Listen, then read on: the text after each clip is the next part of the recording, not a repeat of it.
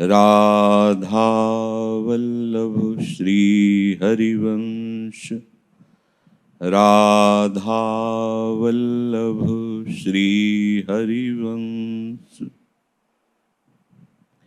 वृंदावनेश्वरी तवैव पदारविंदम प्रेमामृतैकमकरंद रसौघपूर्णम् हृद्यर्पितं मधुपतेः स्मरतापमुग्रं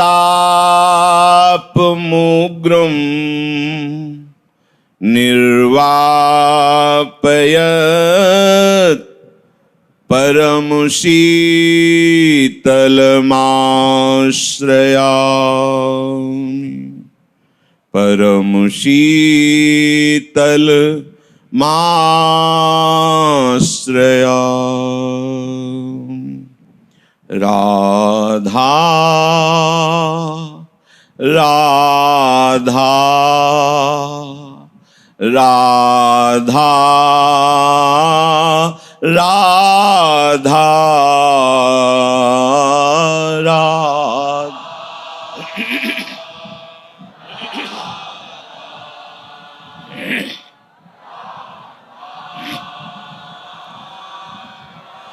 राधा राधा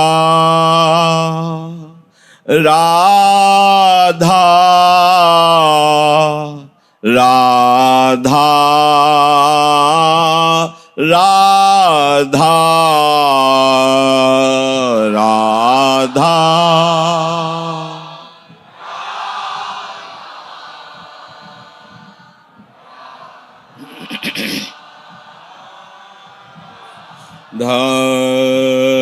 राधा।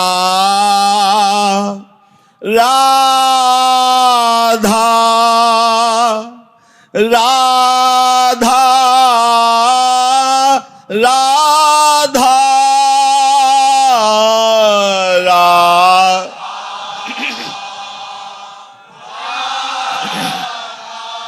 जय हो।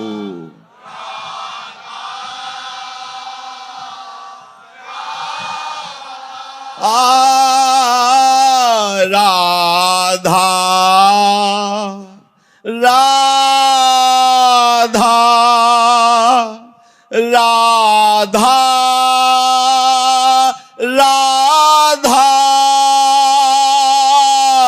राधा।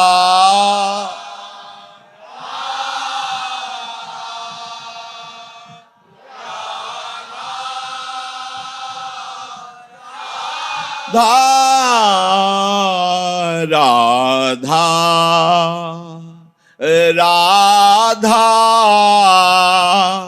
राधा राधा राधा।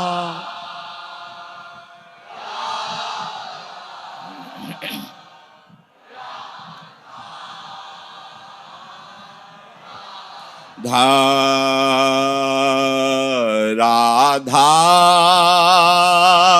राधा राधा राधा राधा।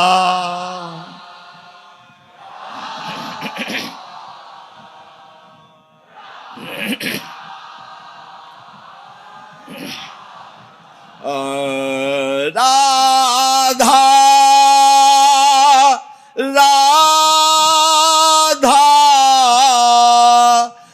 राधा राधा राधा। जय हो।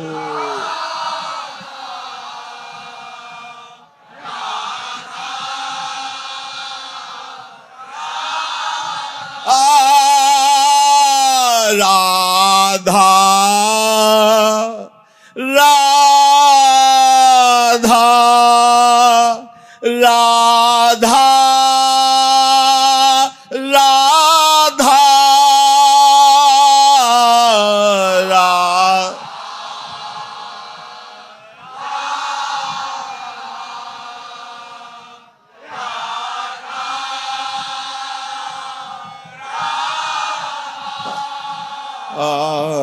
राधा राधा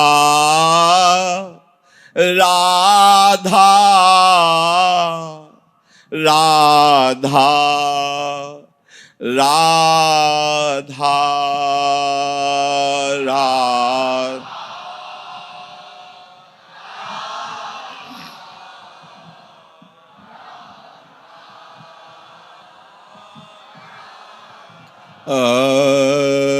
राधा राधा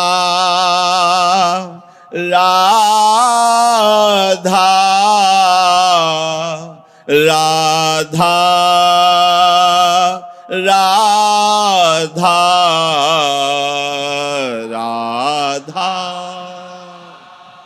राधा राधा।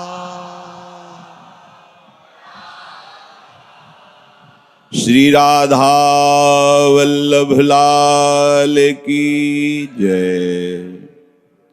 परम सच्चिदानंद घन आनंद समुद्र प्रेम समुद्र ज्ञान वैराग्य भक्ति ऐश्वर्य अनंत शक्तियों के स्वामी प्रभु श्री कृष्णचंद्र जी अर्जुन जी को निमित्त बनाकर जीव कैसे अपने स्वरूप को प्राप्त हो, कैसे निरंतर महासुख में निमग्न रहे, वो उपदेश कर रहे हैं। क्योंकि ये रहस्य केवल भगवान ही जानते हैं या भगवान जिसे जना देते हैं वो जानता है। जिन्होंने इस माया की भूल भुलैया की रचना की है वही उपदेश उसके बचने का देते हैं। कैसे बचा जाए, कैसे हमारी भूल मिटे, कैसे हम अपने सहज स्वरूप में स्थित हों। प्रसंग चल रहा है। प्रभु अर्जुन जी को कहते हैं कि जब तक भोग और ऐश्वर्य में बुद्धि रमण करती है तब तक उसमें ऐसी सामर्थ्य नहीं होती कि वो एक निश्चय कर सके कि मुझे इसी जन्म में भगवत प्राप्ति करना है। ऐसा निश्चय नहीं कर सकती।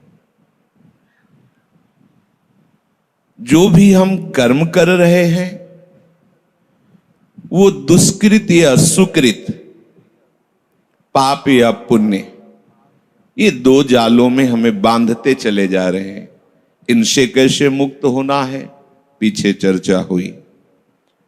आगे प्रभु बात कह रहे हैं कि श्रुति विप्रतिपन्नाते यदा स्थास्यति निश्चला समाधावचला बुद्धिस्तदा योगमवाप्स्यसि। हे अर्जुन, जिस समय में ये शास्त्रीय मतभेदों से विचलित हुई तेरी बुद्धि मेरे में निश्चल हो जाएगी, प्रभु वहां संबोधन कहते परमात्मा में निश्चल हो जाएगी। यही परमात्मा है, यही ब्रह्म है, यही भगवान है, यही प्रेमियों के लाडले हैं। दो तत्व नहीं, तत्व एक ही है। जिस समय शास्त्र सिद्धांतों से, मतभेदों से, शास्त्र वचनों से तेरी विचलित हुई बुद्धि निश्चल हो जाएगी परमात्मा में, प्रभु में अचल हो जाएगी, उसी समय तो जीवन मुक्त हो जाएगा, योग को प्राप्त हो जाएगा। साधक को इस बात को लेकर पहले झगड़ा चलता रहता है कि ये सांसारिक व्यवहार ठीक है या प्रभु की प्राप्ति ठीक है। बहुत से तो इसी झगड़े में पहले वाले सूत्र में परास्त हो जाते हैं। यार माता पिता भाई बंधु परिवार रिश्ता नाता बालक ये सब इसको तो करना ही है, यही तो धर्म है। मेरे सिवा इनका कोई नहीं है और इनके सिवा मेरा कोई नहीं है, इसलिए मेरा कर्तव्य बनता है इनका पालन पोषण करना। उपासक पहले ही निश्चय में गिर जाता है। जो सत्संग नहीं किए वो, जैसे ये प्रश्न भी सत्संग में ही उठता है। जब हम सत्संग में भगवत प्राप्ति की बात या शास्त्र स्वाध्याय से संतों की वाणी से जब हम ये निश्चय करने के लिए तैयार होते हैं, पहले तो निश्चय करने की ही वृत्ति नहीं आती, पर जब हम तैयार होते तो हमारे सामने दो दिखाई देते। एक तो संसार, शरीर, शरीर संबंधी भोग, शरीर संबंधी रिश्ते नाते, तो इनका कर्तव्य करना ये ठीक है या भजन करके भगवत प्राप्ति करना ठीक है? तो बहुत से इसी में गिर जाते हैं।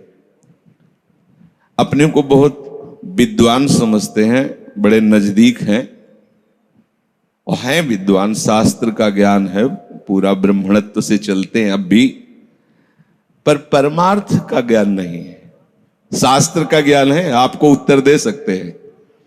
जब उनसे कहा कि भाई भजन करने का समय है, कर लो नहीं तो पछताओगे, तो उनके मुख से निकला कि प्रारब्ध में होगा तो भगवत प्राप्ति हो जाएगी, भजन हो जाएगा। अब तो हम तुरंत जवाब दिया, ये कोई कर्म फल है भगवत प्राप्ति? प्रारब्ध क्या है? तुम्हारे किए हुए शुभ अशुभ कर्म, वही फल देने के लिए तैयार है। भगवत प्राप्ति न शुभ से होती ना अशुभ से, दोनों का नाश करके जो निष्काम हो जाता है, निश्चल बुद्धि प्रभु में स्थापित कर देता है, वही भगवत प्राप्ति। और उसके लिए मनुष्य जन्म मिला है। भगवत प्राप्ति भाग्य या प्रारब्ध के अधीन नहीं है। जो ऐसा सोचते हैं सो परत्र दुख पावई, सिर धुनि धुनि पछताए, काल ही कर्म ही ईश्वर ही मिथ्या दोष लगाए। शरीर का स्वस्थ रहना या अस्वस्थ हो जाना, प्रतिकूलता अनुकूलता मिलना, लाभ हानि मिलना, ये सब भाग्य से है। सुनो भरत भावी प्रबल बिलख कहो मुनिनाथ, हानि लाभ जीवन मरण जस अपजस ये विधियात, ये विधान के हाथ प्रारब्ध के। भगवत प्राप्ति नहीं, भजन नहीं, सच्चिदानंद प्रभु की प्राप्ति अगर भाग्य से होने लगी तो फिर मनुष्य जीवन की सार्थकता क्या रही? हमें भाग्य निर्माण करना है। ये जो हमारा जन्म हुआ ये भाग्य के अधीन नहीं है, ये नवीन भाग्य निर्माण करने के लिए है। नहीं तो आदेश ही नहीं देते भगवान। पशुओं को आदेश नहीं दिया जाता क्योंकि वो भाग्य के अधीन है।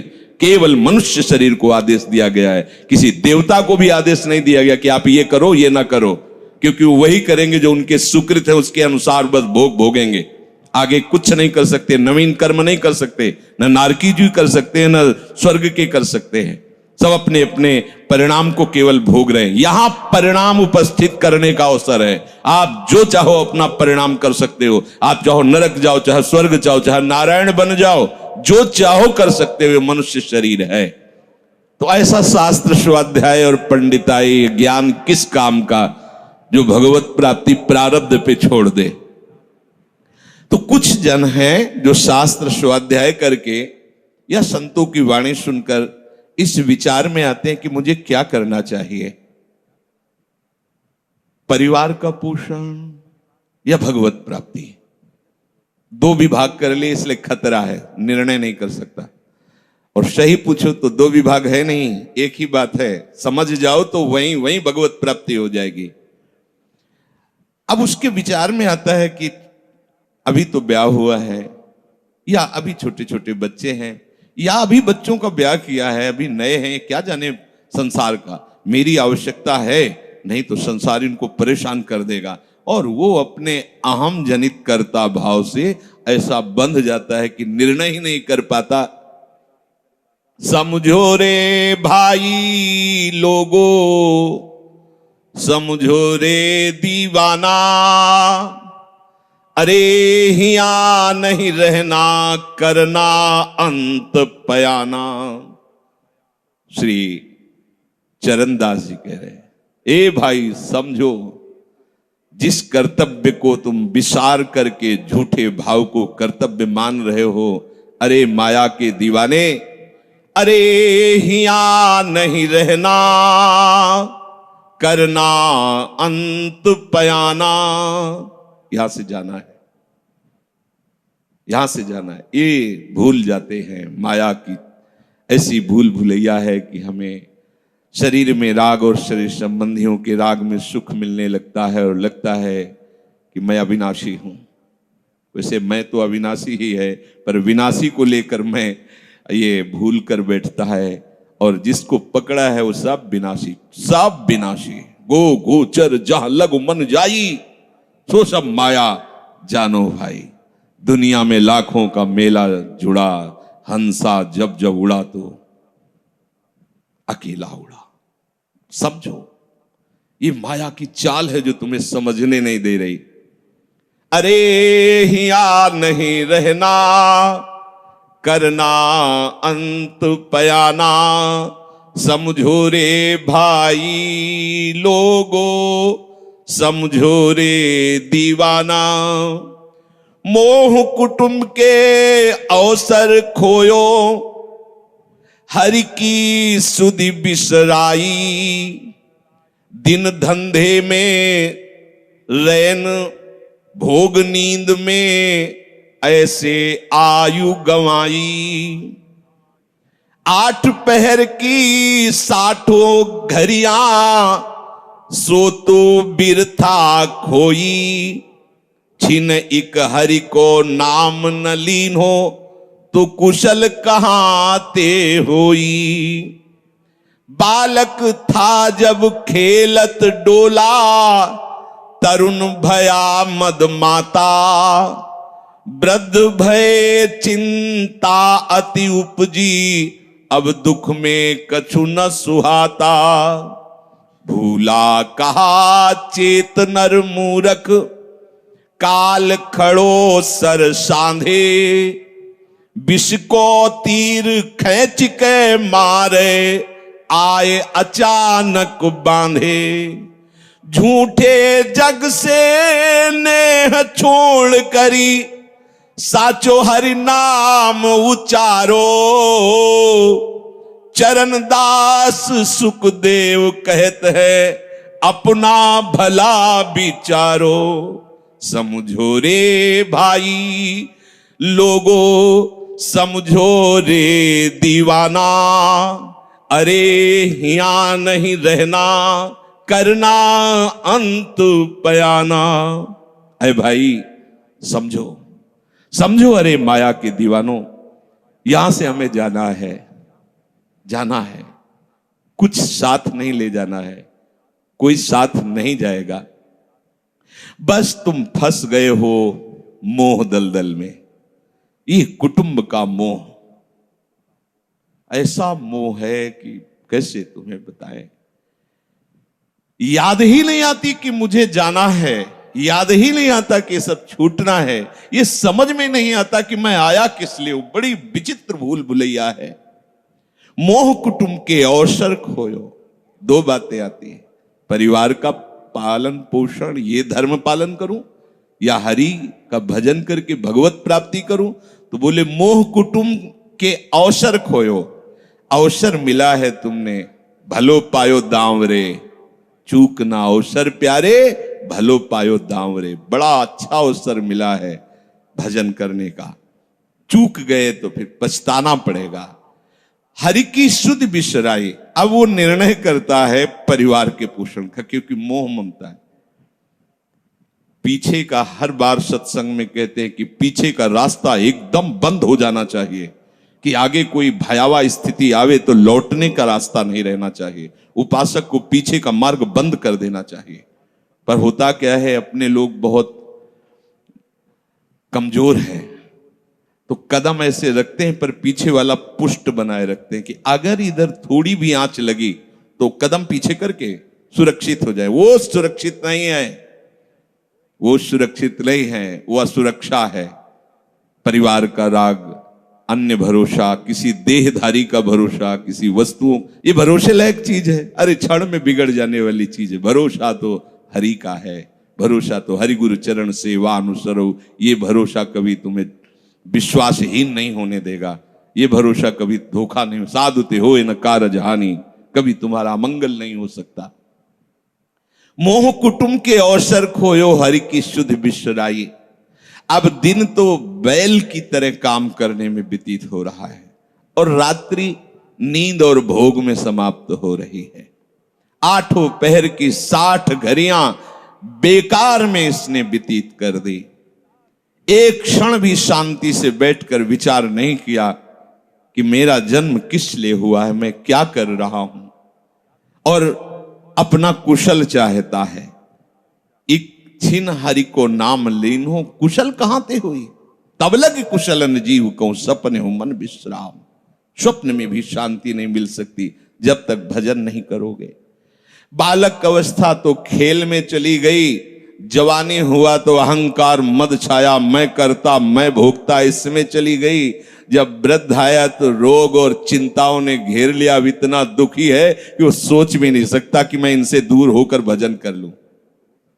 ये जो वो भजन का नाटक होता है, भजन हम देखते हैं, ऐसे ही लगा रहता है, कैसे हो और बढ़िया से, और क्या करें, और मरने का ठौर आ रहा है, और क्या करें, तुम आए हो भजन करने के लिए और में भी फंसे हो, क्या कर दूं, कहां से कैसे व्यवस्था कर दूं। हम ही चला रहे हैं, भले वृंदावन में बैठे परिवार हमारे अनुसार चलेगा, हमारे ही, नहीं तो नष्ट हो जाएंगे। आए हैं वनवास करने के लिए, भजन करने के लिए, पूरा का पूरा प्रपंच दिमाग में पता लगता है। वृद्ध भय चिंताति उपजी, दुख में कछु न सुहाता। अरे भूल क्यों रहे हो, चेतो। साधु चेताता है जगत को, चेतो। काल रूपी शिकारी धनुष पर विष का बाण चढ़ा चुका है, तुम ठीक निशाने पे हो, होश में हो जाओ। अगर अब कोई तुम्हें निशाने से बचा सकता है तो काल का भी महाकाल हरि बचा सकता है, दूसरा कोई नहीं। आए अचानक बांधे, यम के दूत आकर अचानक बंधन में डाल करके ले जाते हैं। अब वो निर्णय कर रहे हैं, झूठे जग से नेह छोड़कर साचो हरिनाम उचारो। चरणदास सुखदेव कहते हैं अपना भला विचारो, इसी में अपना भला है। तो क्या करें, घर परिवार छोड़कर तुम्हारी तरह बाबा जी बन जाए? बाबा जी बनने से भगवत प्राप्ति नहीं होती। अगर आप बाबा जी बाहरी बात को ले रहे हैं तो उसको समझ लीजिए, बाबा जी बनने से भगवत प्राप्ति नहीं होती, प्रभु के होने से भगवत प्राप्ति होती है। वो आप चाहे गृहस्थ वेश में रहकर बनो या आप विरक्त वेश, 2 मार्ग शास्त्रों ने स्थापित किए हैं, वो प्रभु के लिए। अगर वेश बदल लिया है और परिवार का राग है, भोगों का राग है, संसार की सत्यता का भान हो रहा है कि सब सत्य है, कोई फर्क नहीं पड़ता। वेश परिवर्तन से कोई फर्क नहीं पड़ता। गधे की पीठ में चाहे मिट्टी ला दो, चाहे कबाड़ ला दो, चाहे बेद ला दो, उसको बाहर से मतलब है। शरीर में चाहे लाल कपड़ा पहनो, चाहे सफेद पहनो, चाहे काला पहनो, चाहे नीला पहनो, चाहे पीला पहनो, ये तो वस्त्र है। आपका उद्देश्य क्या हुआ, आपका अपनापन कहां गया, ये खास बात है। कहीं ऐसा नहीं लिखा कि बाबा जी बनने से वो मोक्ष पद प्राप्त, नहीं। जहां संत की बात आएगी वहां लक्षण होंगे, जहां भगवत प्राप्ति की बात आएगी वहां मन का प्रभु में तन्मयता होना, प्रभु में डूबना, प्रभु के चिंतन में मगन होना होगा। वो चाहे गृहस्थ हो चाहे विरक्त हो, दोनों के। एक है कि संसार का व्यवहार पसंद नहीं तो निवृत्ति मार्ग का पथिक बन गया, और एक है कि संसार के व्यवहार को भगवत स्वरूप समझकर, भगवत अर्पित करते हुए अपने को प्रभु का मानकर, प्रभु को अपना मानकर चल रहा है, ठीक वैसे ही भगवत प्राप्ति उसको भी होगी। हम लोग जब सत्संग में बात सुनते हैं तो निर्णय करने के लिए हमारा ही हृदय होता है। अब लगा कि नहीं ठीक है, भजन तो करना है, पर हम ऐसा नहीं है कि कर्तव्य के लिए रुक रहे, पर कुछ समय अब हम लेंगे, फटाफट सब निपटा के। तो तुमसे भी चतुर काल है, वो उतने ही समय में तुम्हें निपटा देगा। बहुत चतुर है। हमने बहुत से लोगों के मुझ से सुना है कि बस ये काम हो जाए, हम आए। आज तक वो लौट के नहीं आ पाए, क्योंकि वो गली ऐसी है, क्या है, बहुत दलदल है आगे। जो गया ना, मोह कलिल में डूबा, अब निकल पाना बड़ा मुश्किल है। सत्संग में इतना सामर्थ्य है कि अभी आप सुन रहे हो, अभी आपको ऐसे सब ऐसे लगेगा, ऐसे ऐसे निकल जाएंगे, और गेट के बाहर होइएगा, वो हवा लगने दीजिए, तब लगे कैसे निकले। ऐसी प्रचंड माया है। इसीलिए तन ही राख सत्संग में, तो मन ही प्रेम रस भेयो। तब मन प्रेम रस में बराबर सत्संग होता रहे, बराबर साधु संग मिले। घड़ी दोय में मेला बिछुरे, अरे साधु देखी तमाशा चलना। जो ही आकर ही वे इकट्ठे, 300 बहुरी न कबहू मिलना। ऐ साधु, ये तमाशा है, तमाशा बस 2 घड़ी का तमाशा है। यहां जितने इकट्ठे हुए हो, ये सब मिल नहीं सकते। माता पिता भाई बंधु सब बिछुरते चले जा रहे हैं। जो ही आकर सब इकट्ठे मिले हो, ये कभी इकट्ठे नहीं रह सकते। ये कुछ समय का है। संतों ने इसे 2 घड़ी का ऐसे ऐसे व्यतीत हुआ। हम लोग परिवार को अपना मैं मानकर, मेरा मानकर के जो पोषित कर रहे हैं, वो कुछ समय के लिए है। जैसे नाव नदी के ऊपर बाट बटाऊ आए, मिल मिल जुदे होए पल माही आप को जावे। जैसे नदी पार करने के लिए 50 लोग इकट्ठे हुए, नाव में बैठे, नाव किनारे पहुंचे, सब अपने अपने मार्ग को चले जाते हैं, कोई किसी का साथ नहीं देता है। ऐसे ही मृत्यु का समय आया, आप कितना भी प्यार करो, वो लौट के आपसे पूछने के लिए नहीं आएगा आप कैसे हो। या आपने कितना भी सबके लिए किया है, मोह से युक्त होकर अपना जीवन, विशेष जीवन आपने दे दिया, लेकिन आपकी क्या दुर्गति होगी किसी को कोई परवाह नहीं है। फूंक ताप के 10-5 दिन में वो जो दिन क्रिया हुई, इसके बाद सब मौज मस्ती में होते हैं। कोई तुम्हारा चिंतन, कोई तुम्हारा नाम नहीं लेगा, कोई तुम्हारे लिए आंसू नहीं बहाएगा। वो अगर कोई रोता है तो हमने सुना है कैसे रोता है। आज तक हमने जो कहा वही इन्होंने पूरा किया, मतलब अपनी कामनाओं की पूर्ति के लिए रोता है। अब कौन हमारी बात सुनेगा। तुम कितना हमें चाहते थे, कोई नहीं इतना चाहता। क्या कह के रो रहा है, क्या कह के रो रहा है, अपनी कामनाओं की, स्वार्थ की पूर्ति के लिए रो रहा है, तुम्हारे लिए नहीं रो रहा वो। या बारी बिच फूल घनेरे, रंग सुगंध सुहावे, लागे खिले फेरी कुम्हलावे, झरे टूट बिन शावे। ये भगवान का बगीचा है संसार। रंग बिरंगे फूल हैं, कुछ तो कली ही मुरझा कर नष्ट हो जाती है, कुछ फूल खिलकर नष्ट हो जाते हैं, कुछ में ऐसी सुगंध आती, थोड़ा सुगंध फैलती, वो भी नष्ट हो जाते हैं। ये बगीचा केवल देखने में सुहावना लगता है, बड़ा भयावना। इसमें मृत्यु का तांडव हो रहा है।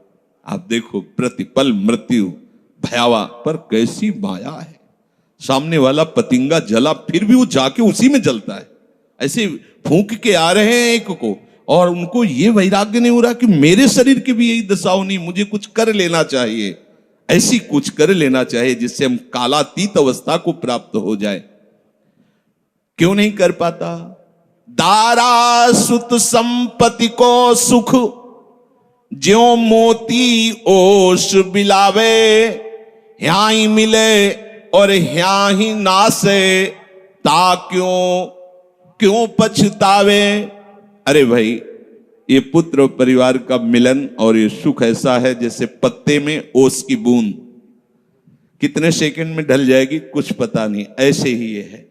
बड़े हर्षित हो रहे हैं, बाजे बजवा रहे हैं, बहुत दिनों बाद लड़का हुआ है, फूले नहीं समा रहे, और काल की अवधि बहुत अलु खत्म। अब वो बूंद जो है पत्ते में गिर गई। अब किस बात को लेकर यहां खुशी मनाई जाए, किस बात को लेकर हम यहां गर्व करें।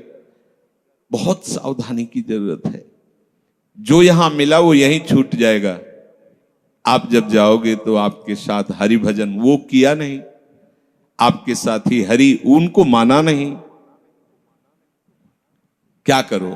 दय कछु लय कछु करिले करनी, रहनी गहनी भारी, हरि सोने लगाओ आपनो, ये तेरे हितकारी।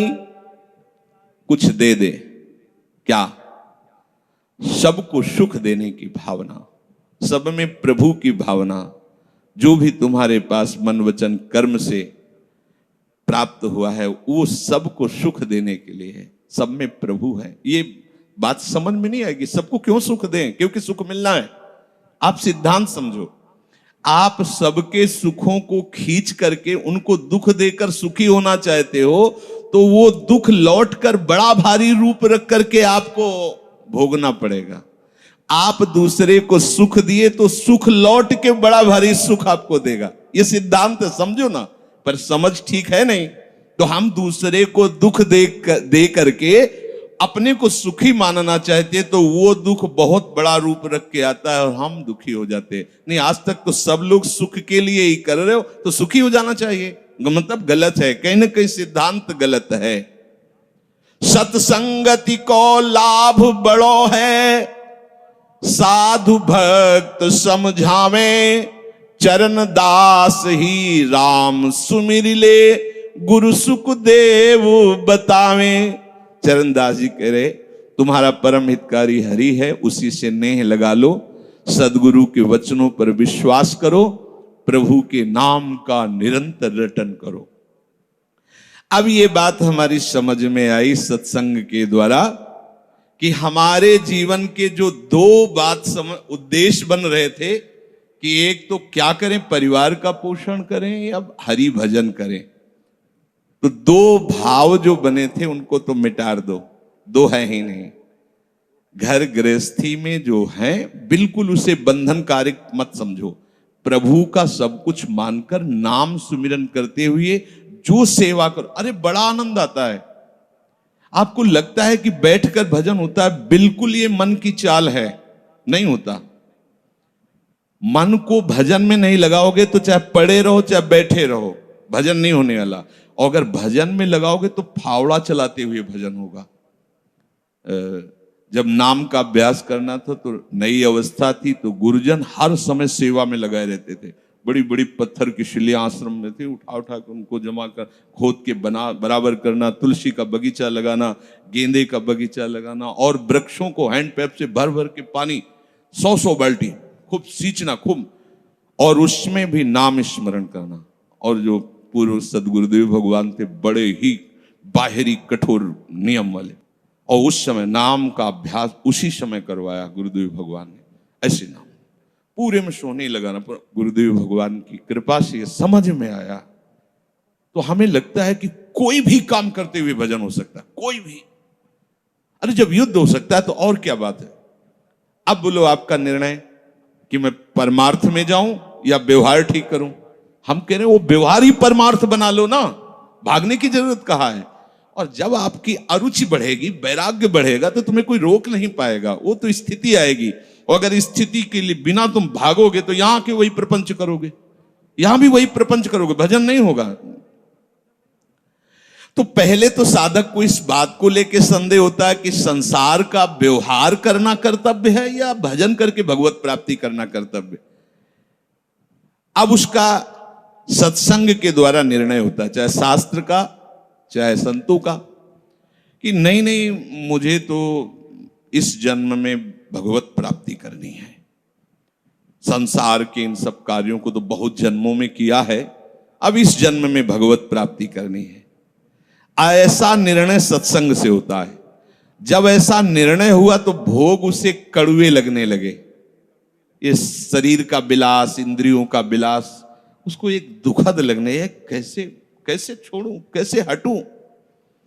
अब उसी को वैराग्य कहते हैं। अब उसके अंदर वैराग्य बढ़ने लगा। जब वैराग्य बढ़ने लगा तो वो प्रभु की तरफ चलने के लिए उतावला हुआ। अब उसके सामने प्रभु की तरफ चलने के लिए जो बताने वाले वो शास्त्र हैं और वो संत जन हैं।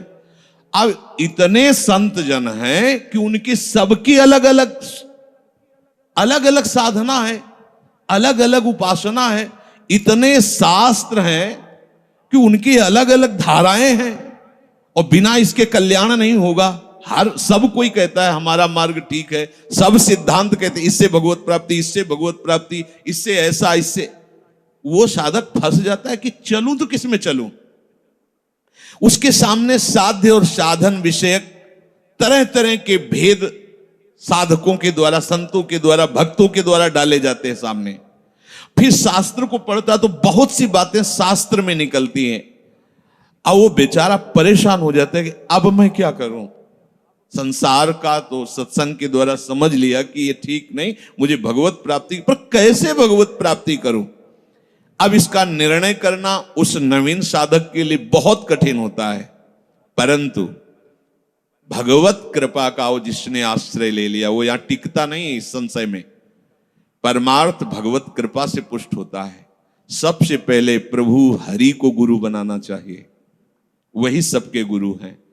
जब हम घर से निकलने की सोच रहे हैं उस समय वो सोच भी गुरु दे रहा है, वो हरि गुरु उस समय सोच भी दे रहा है वही। तो जब हमारी ऐसी स्थिति आती है कि हम निर्णय नहीं कर पाते तो अंदर से प्रभु को पुकारना चाहिए, हे गुरुदेव हरि, आप प्रकट रूप में मिलो और मेरा समाधान करो। अब जो ही वो अंदर से ऐसी दशा में प्रभु की शरण होकर के पुकारता है तो भगवत कृपा उसे सदगुरुदेव के रूप में प्राप्त हो जाती है। ये ओहो, जो मैं खोज रहा था वो मिल गया।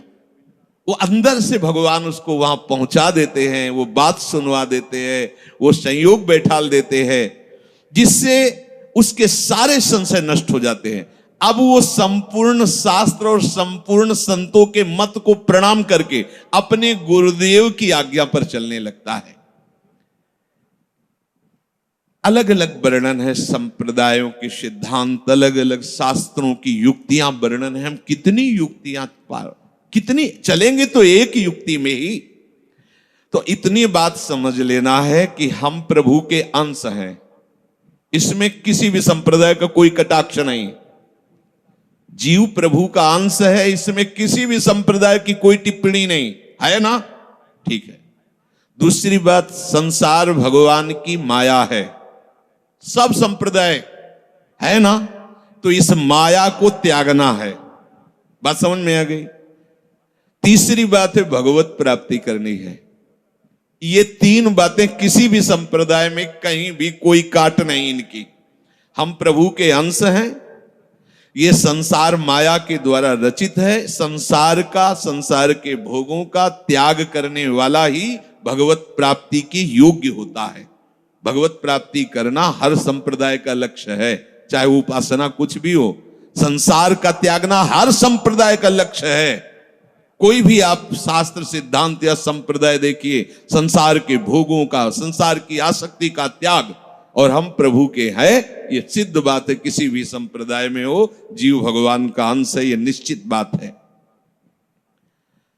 तो ऐसा निर्णय गुरुदेव की कृपा से स्वाभाविक हो जाता है कि अब सब सिद्धांतों को भले सुन लें, लेकिन हमें चलना का हमें पता है। हमारे गुरुदेव ने हमें बता दिया है, हमारे माई श्यामाजू को राज, हमें चलना। राहो को काहू मनई दिए, पर मेरे प्राणनाथ श्री श्यामा शपथ करो तृण छिए। मन क्रम वचन त्रिशुद्ध सकल मत, हम श्री हित हरिवंश उपासी। हा हरि रा राधा वा वृंदावन सा सहचरी। साधक की बुद्धि गुरुदेव के प्रताप से उपासना में निश्चल हो जाती है। एक एक बात को समझिए। प्रभु कह रहे, जिस काल में शास्त्रीय मत भेदों से विचलित हुई तेरी बुद्धि निश्चल हो जाएगी, परमात्मा में अचल हो जाएगी, उसी काल तू योग को प्राप्त हो जाएगा। कैसे होगी निश्चल? अगर हम शास्त्रों में भटकते रहो, कई बार समझने के बाद भी ये निश्चय होता था कि ये आश्रय ठीक है या अहम ठीक है। क्योंकि जब एकोहम बहुश्यामा वही ब्रह्म बहुत रूप, मैं भी तो ब्रह्म हूं ना। मैं भ्रम से अपने को अंश मान रहा हूं, भ्रम से अपने को जीव मान रहा हूं, भ्रम से अपने को शरीर मान रहा हूं, वही हूं। सेवक से विभाव बिन भव न तरी उर्गारी। काकभूषण जी कह रहे बिना सेवक और स्वामी के भाव के संसार से तरा नहीं जा सकता। एक में है सेवक स्वामी भाव के बिना नहीं तरा जा सकता, और एक है कि जब तक सेवक स्वामी भाव भेद है तब तक अविद्या है, अविद्या है तो मोक्ष नहीं। बड़ा झंझट है, बड़ी समस्या है। उसका समाधान केवल गुरुदेव के वचन से होता है। मोक्ष मूलम गुरु कृपा, वो बता दी ऐसे चलो बस, दूसरे के लिए सुनना। दूसरा कोई गलत नहीं है, बहुत से मार्ग हैं, बहुत से संप्रदाय हैं, बहुत से सिद्धांत है। हम सब संप्रदाय, सब सिद्धांत, सब मार्गों को एक साथ नहीं निर्वाह कर सकते। एक मार्ग में चलेंगे तो जो हमें गुरुदेव मिले भगवत प्रेरणा से, उनके द्वारा बताई हुई साधन पद्धति में अपनी बुद्धि निश्चल कर दे। निश्चल कोटि जन्म लग रगर हमारी बरऊ शंभुनता राहु कुमारी, इसे निश्चलता कहते हैं, इसे अटल कहते हैं। चाहे जितनी परीक्षा ले लो, चाहे जैसा दुख दे दो, चाहे जैसा प्रलोभन दे दो, लेकिन अब अपने प्रियाजू के गोरे चरणार बिंदु के सिवा अन्य आश्रय नहीं ले सकते। ये अचल बुद्धि हो गई। साधक की बुद्धि निश्चल हो जाती है कि अब तो मुझे केवल प्रिया प्रीतम का नाम रटना है, प्रिया प्रीतम की सेवा करनी, प्रिया प्रीतम के भरोसे में रहना और प्रिया प्रीतम के पास ही जाना है। ये निश्चय लगभग ऐसा तो हो गया होगा, क्योंकि सत्संग सुन रहे हैं बहुत काल से। कई बार सत्संग में कहा चित्त का समाधान हो जाना ही उपासना की परिपक्वता है।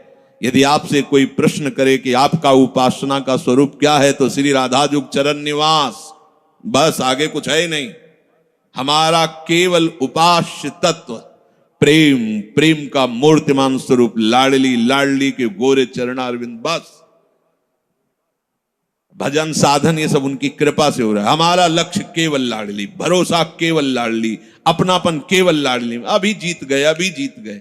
ज्यादा जैसी तरिवंश प्रपंच बंच सब काल ब्याल को खायो, यह जिए जान श्याम श्यामापद कमल संग सिर नायो। मुझे प्रियालाल को प्राप्त करना, यह दृढ़ निश्चय हुआ गुरुदेव की कृपा से। ऐसा दृढ़ निश्चय होने वाली बुद्धि को अचल कहते हैं। जब दृढ़ निश्चय हो जाता है तो साधन अब सिद्धावस्था में परिणित होने लगता है। ध्यान रखना, जब तक ये करें कि ये करें कि ये करें कि ये करें, ऐसा चलता रहता है, तब साधक रहता है। और जब ये निश्चय हो गया है, अब उसका साधन सिद्धावस्था की तरफ जा रहा है, क्योंकि अब उसको निश्चय की जरूरत नहीं, वो हो चुका है। प्यारी जो प्यारे जो वृंदावन धाम, नाम रूप लीला उनके गुणों का गायन, ये हमारा तय हो चुका है। इसमें कोई मिलावट नहीं होगी। अब साधन नहीं हो रहा, अब वो धीरे धीरे परिपक्व हो रहा है, गाढ़ हो रहा है, वो सिद्धावस्था की तरफ जा रहा है। तभी प्रभु कह रहे हैं कि बुद्धिस्तदा योग मवाप्स्यसि, अब वो योग को प्राप्त हो रहा है। निश्चय हो गया, अब योग को प्राप्त। देखो निश्चय है कि नहीं, ना हो तो कर लीजिए। अब हमें साधन संबंधी जिज्ञासा नहीं रहनी चाहिए कि मुझे क्या करना है। अगर ये जिज्ञासा रही मुझे क्या करना है, तो सब किया कराया माटी हो गया।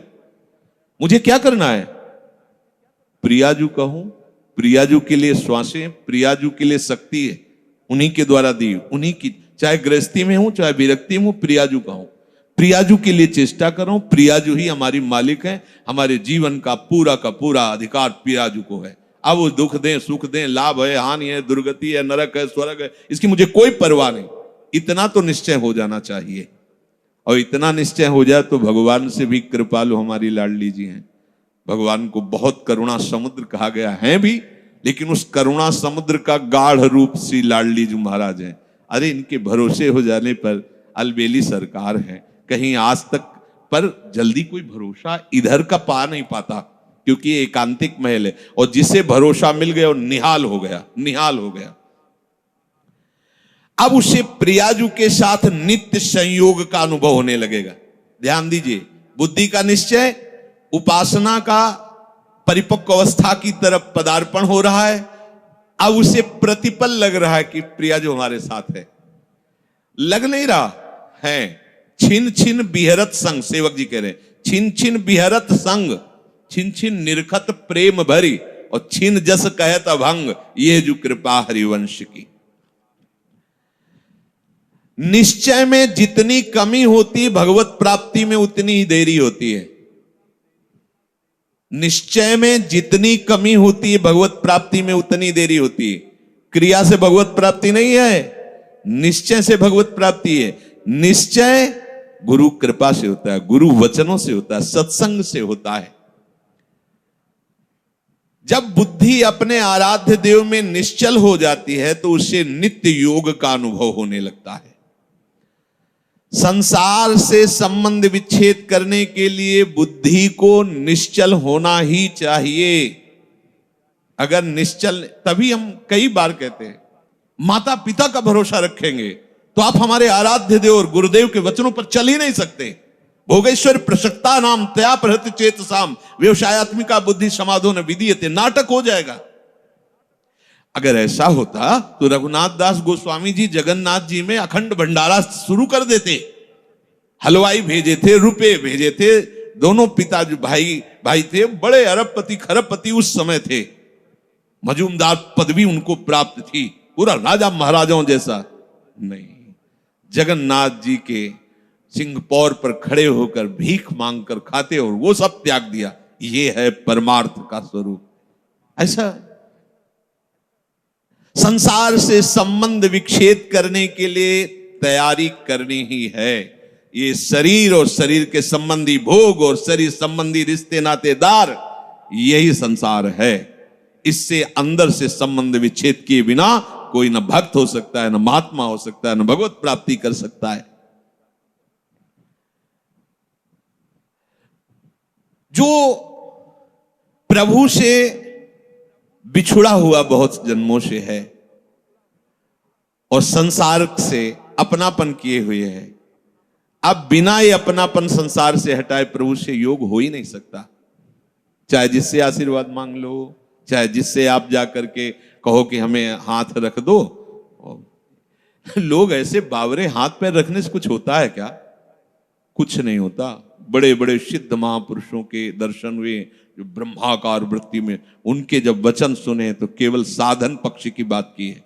आप अपने भजन पर अधिकार रखो, केवल आप अपने संयम नियम पर अधिकार रखो, अपनापन प्रभु से रखो, बस यही आशीर्वाद है कि तुम्हारा साधन बन जाए, तुम्हारा उपासना में मन लग जाए, ये आशीर्वाद है। अगर इसमें नहीं लगा तो कोई आशीर्वाद फलीभूत नहीं होगा। ये सब भ्रम की बातें छोड़ दो। नौटंकी नाटक अलग चीज है। ये ले सेव संतरा और हाथ सहला दिया और लिफाफा रख दिया, ये नाटक तो बहुत बढ़िया हो सकता है, लेकिन ये आशीर्वाद मत समझना।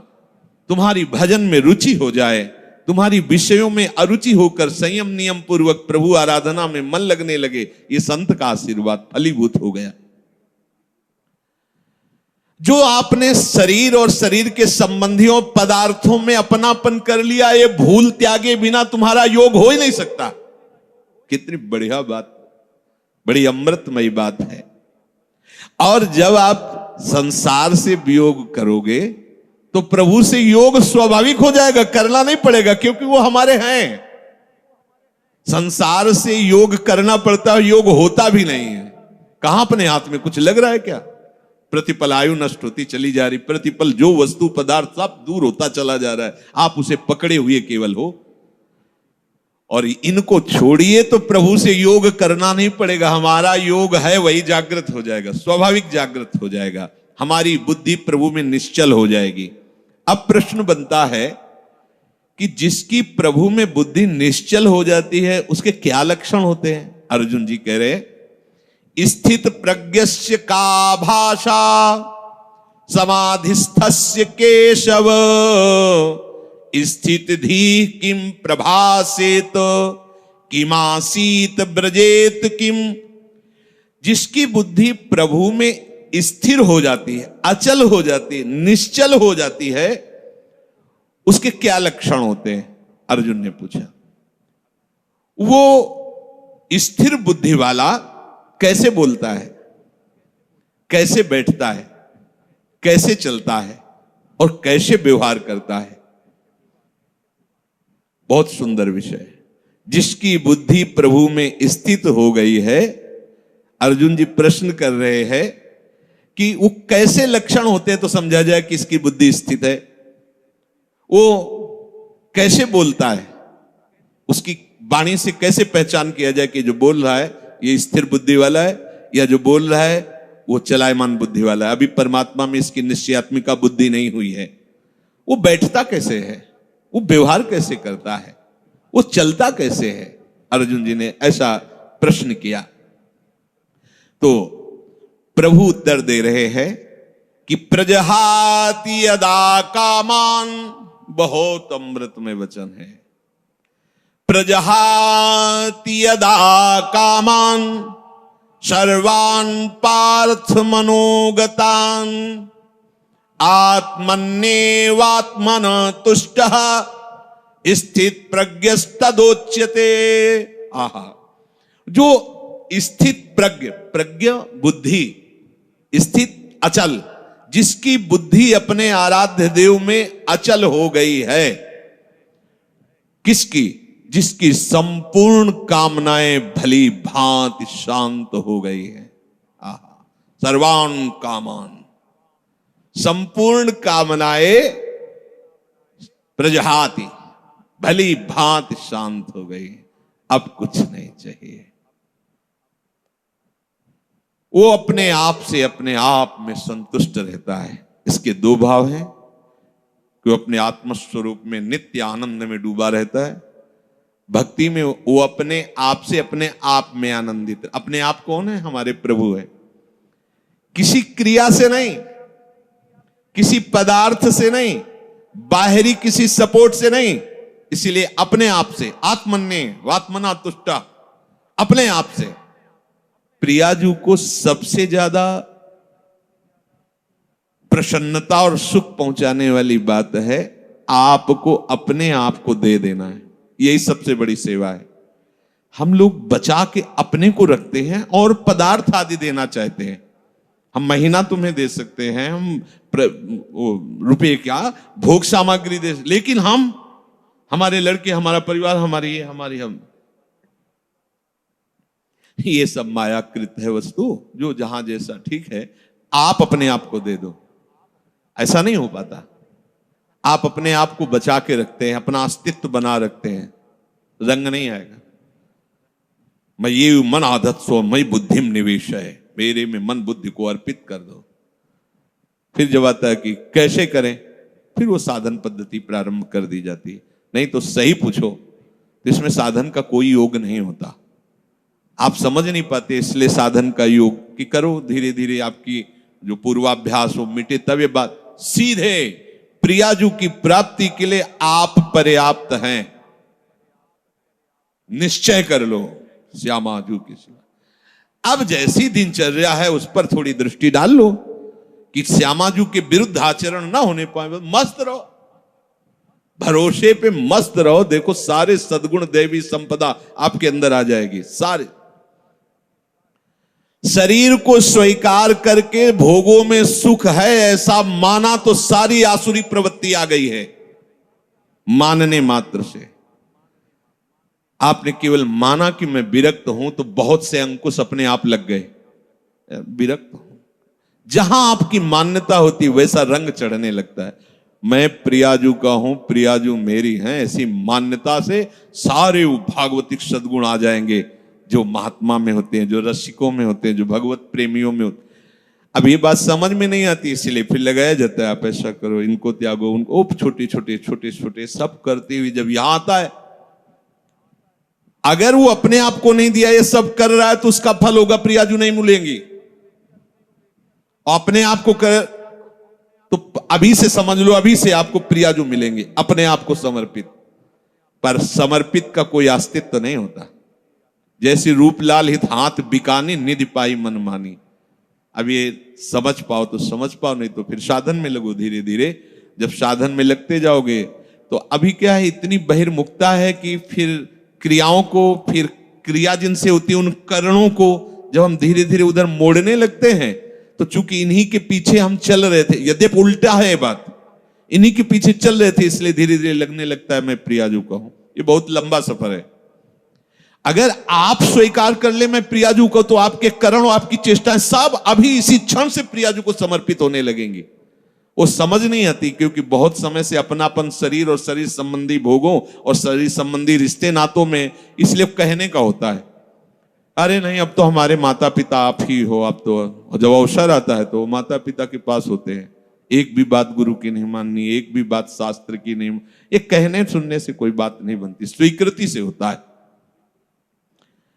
यहां प्रभु कह रहे हैं प्रजहात यदा कामान सर्वान पार्थ मनोगतान। जब उपासक ये निश्चय कर लेता है कि प्रभु के सिवा मेरा कोई नहीं, अब जो कामनाएं होती वो सुख के लिए होती, कोई भी कामना, ये खाऊं, ये देखूं, ये सुनूं, चलो हमारी ऊंची स्थिति नहीं, पर उसे हम प्रियाजू के ऊपर छोड़ देते हैं। अगर हमें हलवा मिलना है पाने को, तो तुम ना करो, तुमको वही पाना पड़ेगा, जिधर भी जाओगे हलवा मिलेगा, क्योंकि तुम्हें पाना है प्रियाजू को और नहीं पाना है तो चिंतन ही करते रहो, मिलना नहीं है। क्योंकि आप तो काहे को चिंतन, अगर कामना स्फुरित भी होती है तो उसे सीधे प्रियाजू को समर्पित करो। देखो प्रियाजू ये बात है, एक तो समर्पित करने की जरूरत नहीं, उनका मकान वो खुद जान रही, कौन सी खिड़की टूट रही, कौन सा कहां क्या हो रहा, उनका मकान है ये, बिल्कुल सीधे समझो। जब मकान नाम में कर दिया तो उसकी छिपकली भी उसी में हो गई, जाला भी हो गया, मकरी भी हो गई, और उसकी जो गंदगी वो भी उन्हीं के नाम हो गई।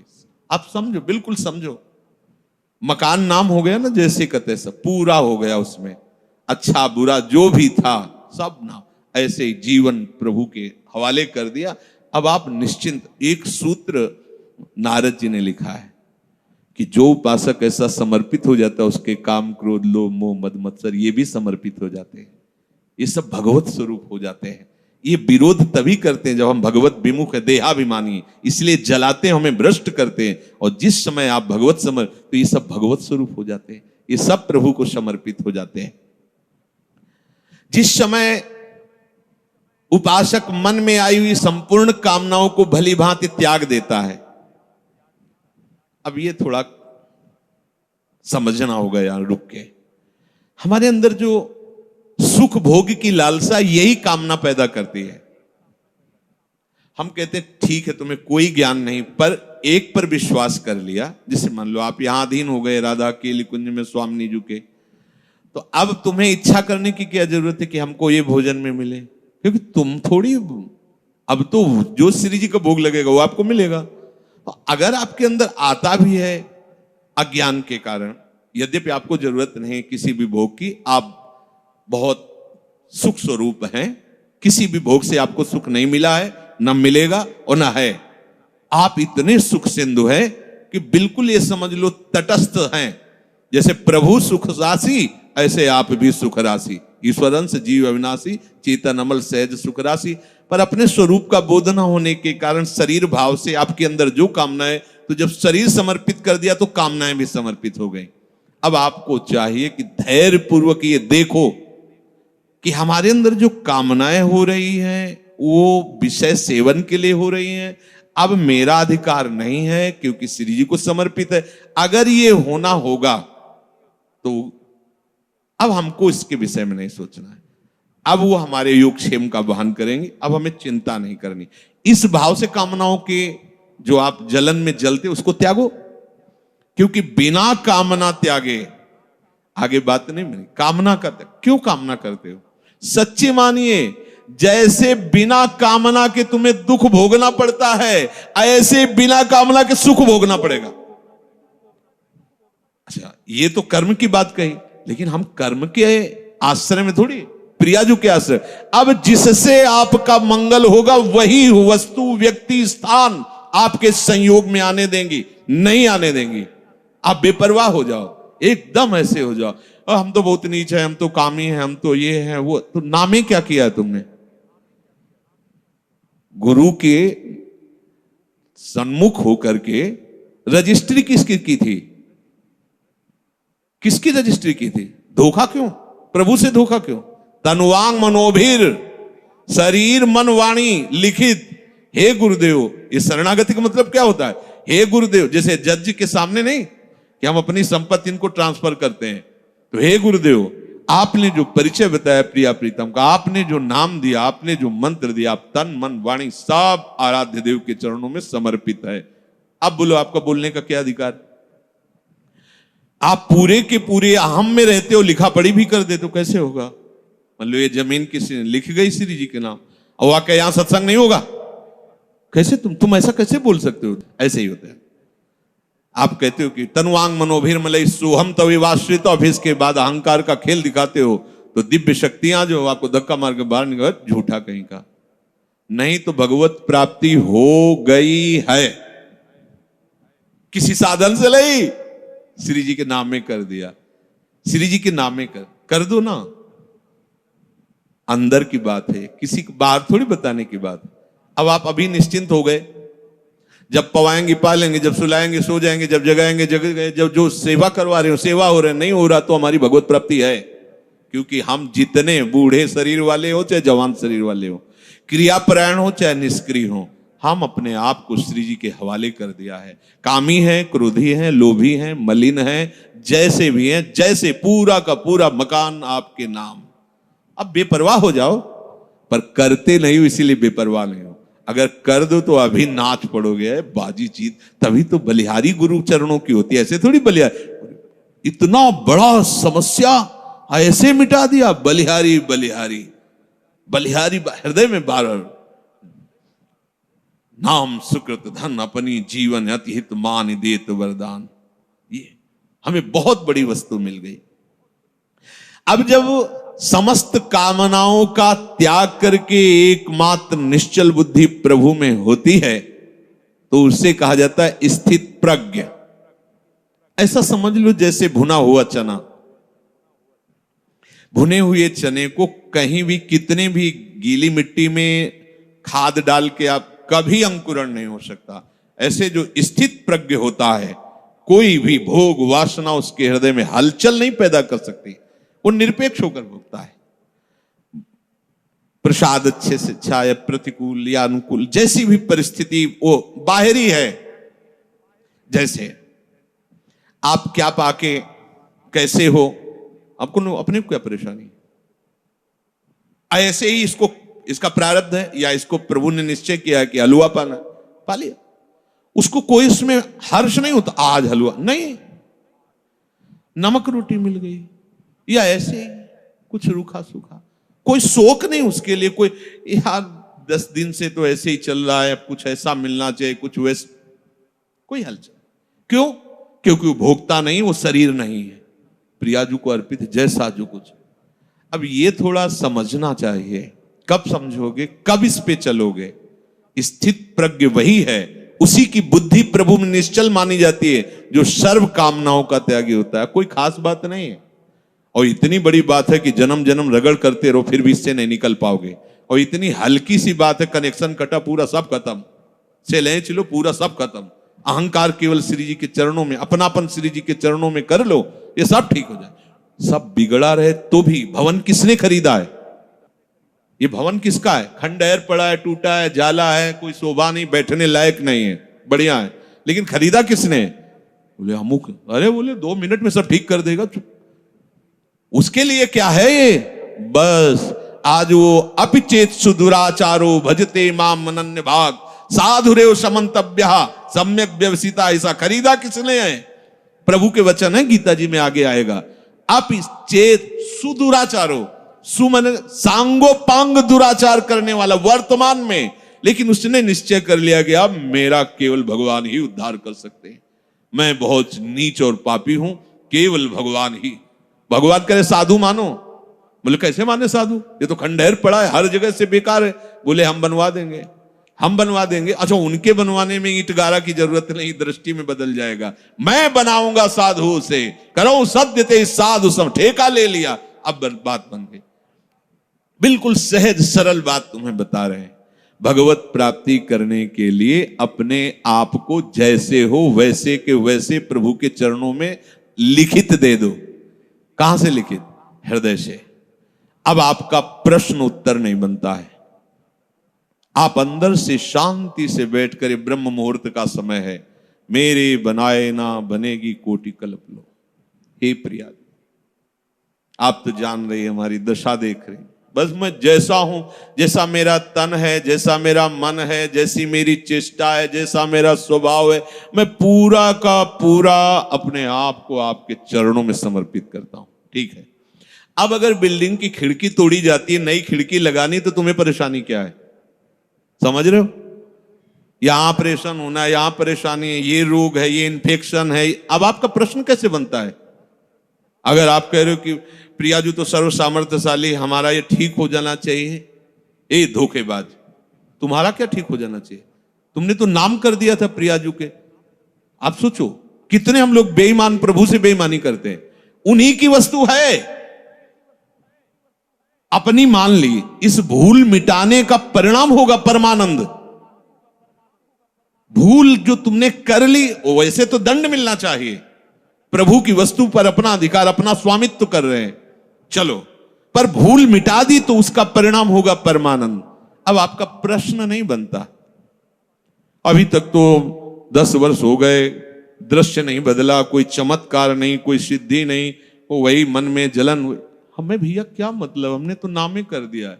बार बार ये सोचो, हमने अपने आप को प्रभु के चरणों में समर्पित, बहुत बड़ी बात है, आखिरी बात है। संभाल करके वहां पहुंचा पाना हमारे बस की बात नहीं। मेढकों का तौलना है, 2 रखो तराजू पे तो 4 छलांग लगाते, 4 रखो तो पूरे के तनवांग मनोभिर्मलई सोहम तवई वाश्रिता। समस्त कामना रहते हुए भी वो भगवत प्राप्ति के योग्य हो जाएगा। ये हम आपको बात बता रहे हैं। समस्त कामना रहते हुए भी वो बहुत कृपालु है। 1 सेकंड से कम हिस्से में वो हमारी बात बना देंगे, 1 सेकंड के कम हिस्से, क्योंकि इसका राग ही केवल कामना है। बस समझ लो, ये राग थोड़ा सा मुड़ा प्रियाजू के चरणों की तरफ, कामनाएं अपने आप शांत हो जाएंगी। और आप चाहो तो, जब से सृष्टि हुई कि आज तक कोई भी कामना हमें छोड़ नहीं पाई, ना हम कामनाओं को छोड़ पाए। सब स्टॉक लगा हुआ है, हम कब तक निकल पाएंगे? जब देखो तब कोई न कोई वासना, कामना, सब ज्ञान विज्ञान की बातें होती, पर वो कामना, वासना। तो एक उपाय बहुत बढ़िया मिला, ये आत्मसमर्पण। अंदर से बिल्कुल सीधी भाषा में आज ही रजिस्ट्रार के पास जाके पूरी की पूरी वैभव संपत्ति इनके नाम करवा देते हैं। यहाँ के रजिस्ट्रार हैं रसिक जन, और यहाँ की संपत्ति है एक एक श्वास प्रियाजू के चरणों। अब हमारा अधिकार नहीं, चाहे नरक भेजो चाहे स्वर्ग भेजो, पर इस बात को पकड़ो तब होगा, नहीं तो अभी बात ये होती थोड़ी देर में इतने प्रश्न के चिट्ठे आ जाएंगे। अब जब प्रश्न आ गए तो करता आ गया ना, करता आ गया तो फिर करो ऐसा। कोई प्रश्न, कोई आपका प्रश्न, कोई प्रश्न नहीं। क्यों? अब क्या हम किसी लायक नहीं, कुछ कर सकते नहीं, अब तो हम प्रियाजू के जैसे हैं। जैसे ऐसा परिवर्तन होता चला जाएगा, इस बात में बड़ी दम है। पर ये हम बात ऊपर से बोलते, अंदर से हम अहम की दशा में, भोगों में विचरण करते हैं, तभी सब गलत हो जाता है, तभी गलत हो जाता है। अगर आप अपने आप को प्रभु के चरणों में समर्पित कर दें, तो चाहे गृहस्थ हो चाहे विरक्त हो, वो प्रभु की सामग्री है। जैसे सिंह के सामने से उसके शावक को कोई पीड़ा नहीं पहुंचा सकता, भय नहीं दे सकता, ऐसे हरिराम व्यास जी ने पद में लिखा, श्यामा श्याम के आश्रित को कोई भी भोग रोग शोक साप ताप ये कुछ स्पर्श नहीं कर सकता। हाँ, शरीर में होगा, लेकिन प्रियाजू ऐसी ऊंचाई पे बैठाल देंगी कि ये सब साप ताप राग रोग शोक आदि स्पर्श ही नहीं करेंगे। वो अपने आप में संतुष्ट रहता है, प्रभु के विधान में संतुष्ट रहता है। अब हम सब प्रभु के विधान के, हम क्यों नहीं देखते प्रभु के विधान को? हम क्यों मांगे फैला रहे हैं? हम क्यों अपनी बातें रख रहे हैं? हमारी यही समझ में नहीं आता। अब तो मौन होने का अवसर है, कुछ बोलने का अवसर नहीं, ना प्रार्थना करने की जरूरत है। ये मकान हमारे नाम करवा दिया तो अब रोज आके प्रार्थना करने की, देखो ये जाला नहीं लगना चाहिए, देखो इसकी खिड़की सुरक्षित रखना, दबका के भगा दिया जाएगा। अब तेरे को क्या मतलब, मैं इसमें जाला ही फैला दूं, तेरे को क्या मतलब? ऐसे ही अब हमें प्रार्थना की भी जरूरत नहीं। प्रभु इज्जत रखना, प्रभु स्वस्थ रखना, प्रभु हमारा कल्याण कर मत करो, हमारा कुछ है ही नहीं। अब आपकी इज्जत की बात है, अब आप अपनी शान बान को देखिए, हमारी तो जो थी वो आप में समर्पित हुआ, आप देख ली। अरे बड़ी मस्ती अभी, तभी तो कह रहे बिगड़ी जन्म अनेक की अब वही सुधे। आपको समझ में नहीं आ रहा, कह देंगे हाँ अभी मैंने कह दिया श्यामा से, और 2 मिनट बाद बात करेंगे तो देखो बुद्धि कहां स्थित है, केवल अहंकार में, देहाभिमान में। किसी ने कहा कि आपके स्वास्थ्य के लिए 1 माला रोज जप करते हैं, शेष माला अपने लिए जप करते हैं। गलत। आपका अस्तित्व क्या रह गया है? आप हो क्या? अब आप तो केवल गुरु के हाथ के खिलौने हो, यंत्र हो, श्री जी के हाथ के यंत्र हो। अब जो हो रहा है वो सब श्री जी करवा रहे, जो हो रहा है वो सब श्री जी के लिए हो रहा है। हम आपके लिए 1 माला करते हैं, बहुत ही अज्ञान की बात है। हमारा अस्तित्व क्या रह गया है? हमारा जीवन, हमारा भजन, हमारा सब कुछ हरि गुरु के लिए है। जब ये भावना आ जाएगी तो उसी से हरि गुरु आपके हो गए, इससे नहीं। ये भावना जब आ गई उसी से हरि गुरु आ। बड़ा मस्ती का मार्ग है। छोड़ो, बस छोड़ो, तुम्हारे बस की बात नहीं है। जिनके बस की बात है उनके हवाले अपने आप को कर दो अंदर से। और जब कभी तुम्हें मन भय दिखावे, परेशानी दिखावे, द्वंद्व दिखावे, तो उसी समय उनसे बात करो ना। मैंने तो उनके नाम कर दिया, उनसे बात, मन से कहो उनसे बात करो। हम क्या करें? हम तो बिक गए, रूपलाल हित हाथ बिकाने, बिक गए लाडली जू के चरणों। अब हम ज्ञान विज्ञान से समझाएं तो आपके समझ में समझा तो रहे पीछे से। स्थूल है, सूक्ष्म है, कारण है, ये तुम नहीं हो, तुम आत्म स्वरूप हो। अपने स्वरूप में आओगे तो तुम्हारे अंदर कोई कामना है ही नहीं। अब अपना स्वरूप शीशा में देखते तो ये नजर आता है, क्या समझ में? भैया जो कुछ है स्थूल, सूक्ष्म, कारण और मैं, सब कुछ श्री जी। जो हमें पता नहीं क्या है, क्या है, कैसा है, वो सब श्री जी के हवाले। बात सुधर गई, इससे बहुत जल्दी बात सुधर जाएगी। शेष चर्चा आगे। श्री राधा वल्लभ।